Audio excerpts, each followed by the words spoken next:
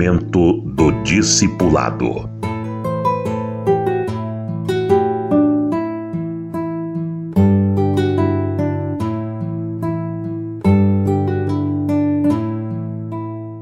A prova do resultado do discipulado vai ser vista ao longo do tempo.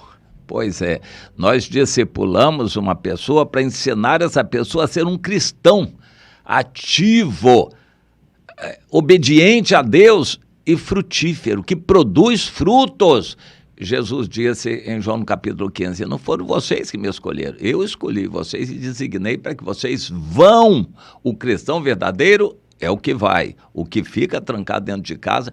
Tem muita gente que não gosta que eu fale isso, fica incomodada quando eu chamo de crente velho que não dá fruto, tem gente que fica arrasada, incomodada. Eu não estou fazendo nada mais do que trazendo o que a Bíblia diz. Aqueles que vão, eu escolhi vocês não para ficarem assistindo culto de igreja e trancados dentro de casa na frente da televisão. Eu escolhi vocês para irem, darem fruto e o fruto permanecer. Eu quero sempre aqui trazer assuntos que ajudem você a dar fruto e discipular para que o fruto permaneça. O resultado do discipulado só ao longo do tempo vai ser visto. Existe muita gente, crente manhoso, que conta vantagem. Eu fui em tal lugar, ganhei 3 almas para Jesus. Em tal lugar nós fizemos uma campanha, 50 pessoas se decidiram, ganhamos não sei quantas almas. Glória a Deus. Meu irmão, daqui a um ano você me diga quantos desses estão firmes no Senhor. Claro que a pessoa não volta, não vai dizer, e infelizmente pouquíssimos vão permanecer firmes. Aquilo é brincadeira. Evangelizar desse tipo é brincadeira. Quem quer Jesus? Levanta a mão aí, levanta a mão aí. Isso é brincar com as coisas de Deus. A gente tem que evangelizar direito, mostrando a verdade e não ter pressa e não querer forçar a pessoa a tomar decisão para a gente ficar contabilizando números. Meu irmão, isso é triste. O normal é não querer mesmo o Senhor. Quando a pessoa se arrepende e entrega a vida para que Jesus seja Senhor da sua vida, isso é algo maravilhoso, que não é para ser o comum. A maioria das pessoas não vai querer o Senhor. Mas se você chegar no meio de um grupo, quem quer Jesus? Levanta a mão. Quem quer Jesus aí? Levanta a mão. Um monte de gente vai levantar a mão. Eu, uma vez, quando jovem, fui acompanhando o irmão pastor Benedito Benito Pinheiro, o homem de Deus, era um fuso para trabalhar para Jesus, evangelizar. Eu aprendi muito com ele e nós fomos visitar, acredito que era só eu e ele, um asilo, uma casa de repouso para velhos na Tijuca, mas na verdade eu não sei como é que era aquilo, era um monte de casas emendadas. Era muita gente, centenas e centenas de velhinhos ali. E eles deram liberdade para a gente ir de quarto em quarto evangelizar. No quarto tinha 6, no outro 4, no outro 10. E a gente ia de quarto em quarto evangelizando. Fazíamos o que podíamos na época. Dávamos testemunho, falávamos de Jesus e orávamos e perguntávamos quem queria aceitar Jesus. Você sabe o que aconteceu ali? Quase todos quiseram aceitar Jesus. Claro que nós não pudemos continuar, não tivemos condições de fazer um trabalho mais sério, mas foi uma experiência marcante. Na época, isso tem 50 anos, na época era o que a gente podia fazer. Eu não tinha uma instrução melhor sobre isto e era o que a gente podia fazer. E foi uma experiência marcante. Nós não conseguimos contar o número, porque foi muita gente, dezenas ou talvez centenas de velhinhos quiseram aceitar Jesus, porque a oferta era boa e levamos Jesus a eles, no quarto deles, para eles aceitarem comodamente, às vezes até deitados mesmo, né, dependendo da condição física, eles aceitavam, levantavam a mão. Para nós foi motivo de alegria, vamos dizer assim, centenas quiseram aceitar Jesus ali. E aí, permaneceram? Será que foram salvos? Eu sempre acredito que a palavra não volta vazia. Se falamos com sinceridade a verdade, a palavra de Deus, é possível que alguns tenham sido sinceros e ficado firmes. A maioria não. Mas eu acredito e vou saber na eternidade do resultado disso. Levantar a mão é brincar, fazer esse apelo assim, isso é brincar. Sem continuidade, Jesus disse, eu designei vocês para irem dar o fruto permanecer. Tem que discipular direito, para que a pessoa possa ficar firme.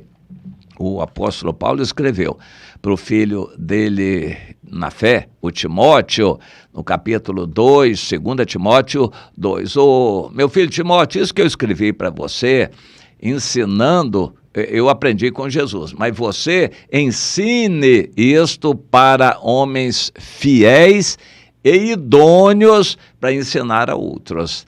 Ou seja, eu discipulei você como eu recebi do Senhor, para você discipular pessoas, preparando essas pessoas para discipularem outros.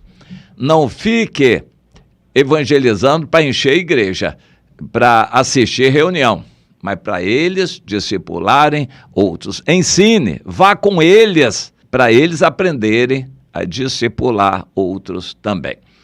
O resultado desse nosso trabalho só o tempo vai mostrar. O que vale para Deus é o que permanece. Não é o que a gente conta vantagem, nem que publica na internet. Eu ouvi a notícia, é claro que a gente fica feliz, satisfeito. Uma campanha evangelística recente, feita no Egito. Cerca de 15 mil pessoas assistiram e 7.500 tomaram a decisão por Jesus. Claro que a gente gosta, mas quem vai discipular? Como é que vai ser essa continuação? De 15 mil pessoas assistindo, a metade tomou a decisão? É bom demais. Pois é muito comum isso acontecer em grandes campanhas evangelísticas de massa. Levanta a mão, aí muita gente levanta a mão.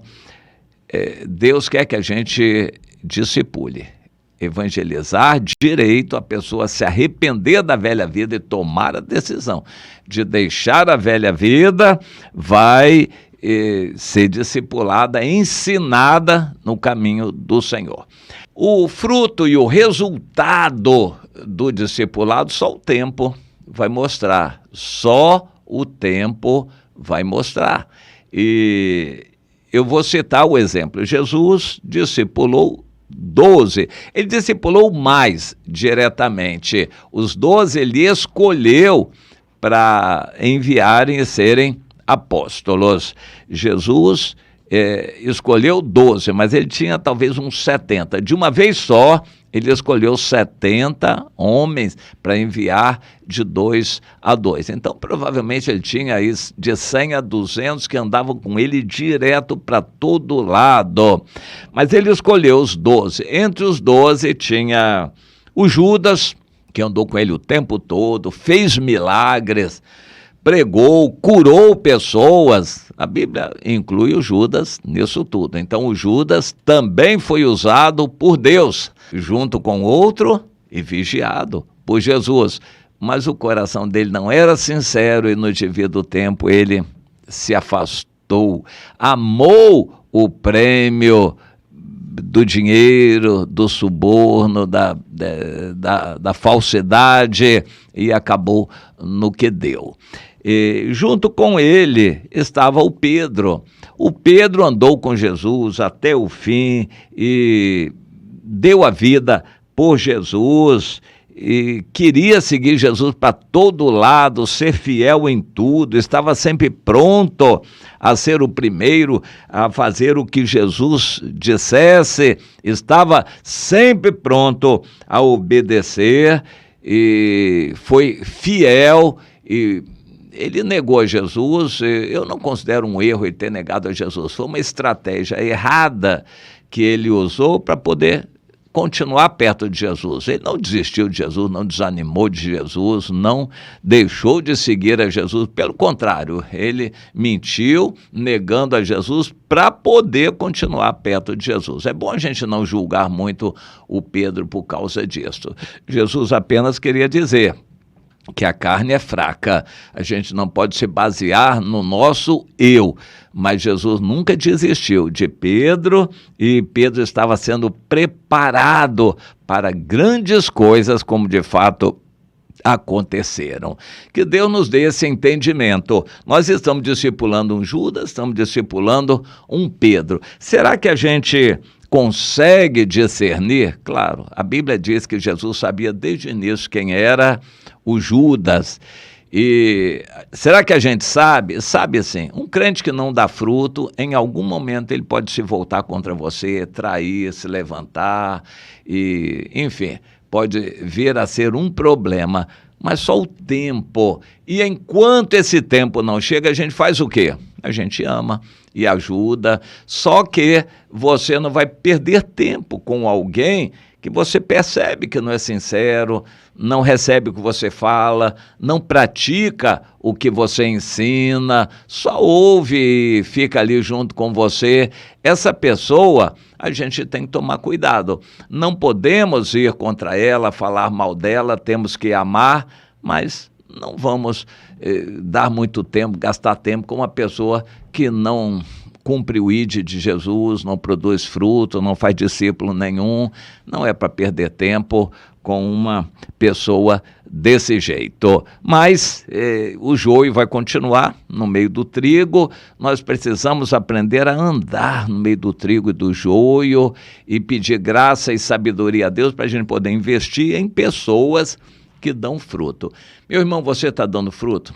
Minha irmã, você está andando com quem dá fruto? Meu irmão, você percebe que isso é importante? Você sabe onde você congrega quem é que está dando fruto?